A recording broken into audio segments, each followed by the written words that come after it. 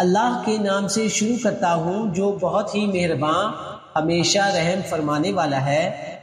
بے شک ہم نے بھیجا نوح کو ان کی قوم کی طرف اور فرمایا اے نوح بر وقت خبردار کرو اپنی قوم کو اس سے پہلے کہ نازل ہو جائے ان پر عذاب علیم۔ آپ نے فرمایا اے میری قوم میں تمہیں صریح طور پر ڈرانے والا ہوں کہ عبادت کرو اللہ تعالیٰ کی اور اس سے ڈرو اور میری پیروی کرو۔ وہ بخش دے گا تمہارے لیے تمہارے گناہ اور مہلت دے گا تمہیں ایک مقررہ میعاد تک۔ بلا شبہ اللہ کا مقررہ وقت جب آ جاتا ہے تو اسے مؤخر نہیں کیا جا سکتا۔ کاش تم حقیقت کو جان لیتے۔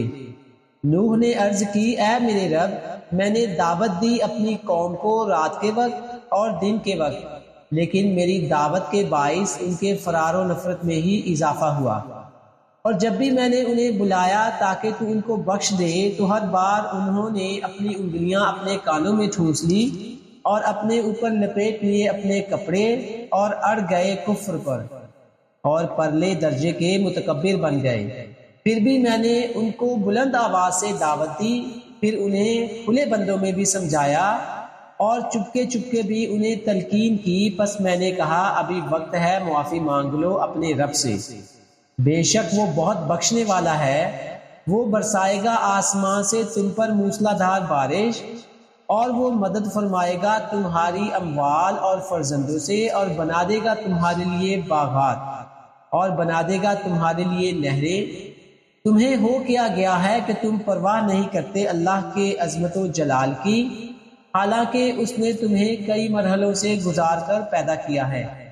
کیا تم نے نہیں دیکھا کہ اللہ تعالیٰ نے کیسے پیدا کیا ہے 7 آسمانوں کو تہ بتہ، اور بنایا ہے چاند کو ان میں روشنی، اور بنایا ہے سورج کو درخشاں چراغ، اور اللہ نے تم کو زمین سے عجب طرح اگایا ہے، پھر لوٹا دے گا تمہیں اس میں اور اسی سے تمہیں دوبارہ نکالے گا۔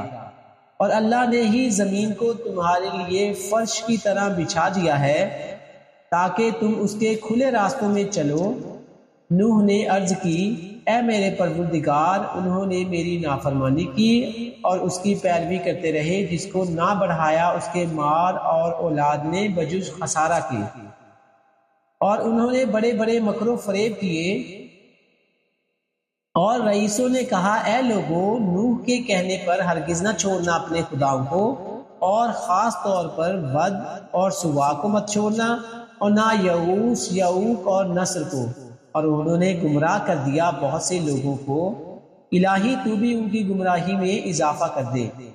اپنی خطاؤں کے باعث انہیں غرق کر دیا گیا، پھر انہیں آگ میں ڈال دیا گیا، پھر انہوں نے نہ پایا اپنے اللہ کے سوا کوئی مددگار۔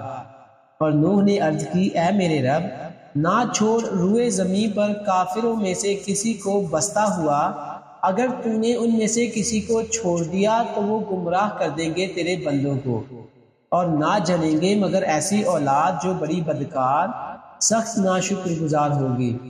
میرے رب بخش دے مجھے اور میرے والدین کو اور اسے بھی جو میرے گھر میں ایمان کے ساتھ داخل ہوا، اور بخش دے سب مومن مردوں اور عورتوں کو، اور کفار کی کسی چیز میں اضافہ نہ کر بجز ہلاکت و بربادی کی۔